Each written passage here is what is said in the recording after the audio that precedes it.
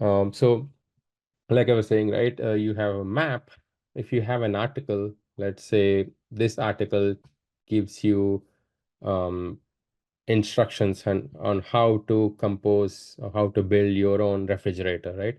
Within that, there could be a topic that specifically talks about how to do the plumbing. There could be another topic about safety instruction. There could be another topic about how to assemble the containers, right? And there could be one more topic about how to plug in electrical related. So each self-contained topics can be assembled into one data map, and that data map is your article.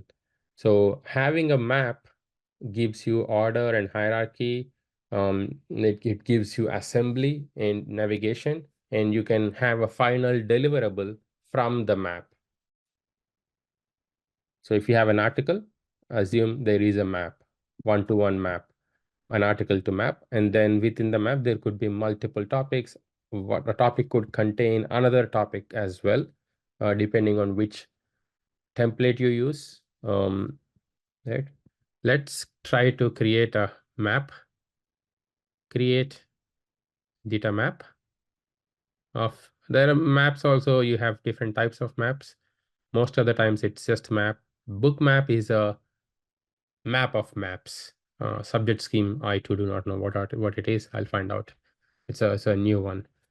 Okay, so title is what's the title? Okay, we have user guide. We are writing user guide for each of the products, right? So the guide for energy saver and click create under maps. It's creating. It immediately opens the map dashboard. Click the pencil icon, right? So the map, it comes with a title. These are map tags. You click enter. Sorry, not here. So you have to come out, click enter. It will allow you to create insert topic reference, or just click the plus sign here and say topic reference. So you have to now go to your green tech solutions, under products, under energy saver, you have topics, and you have energy overview of energy saver, right? You click select. You can see the topic reference created and click save, right? And if you select this, right, you can see it has a GUID. This is what the UUID based one. Every topic will have UID. If you go to this one as well, you can see it has a GUID. The same GUID will be used when you are referring to the topic here. In traditional AEM, when you refer, it's path based, whereas in this one, it's always UID based. And since we chose the UUID version of our data. So we now have a map with just one topic, right? So try to preview it.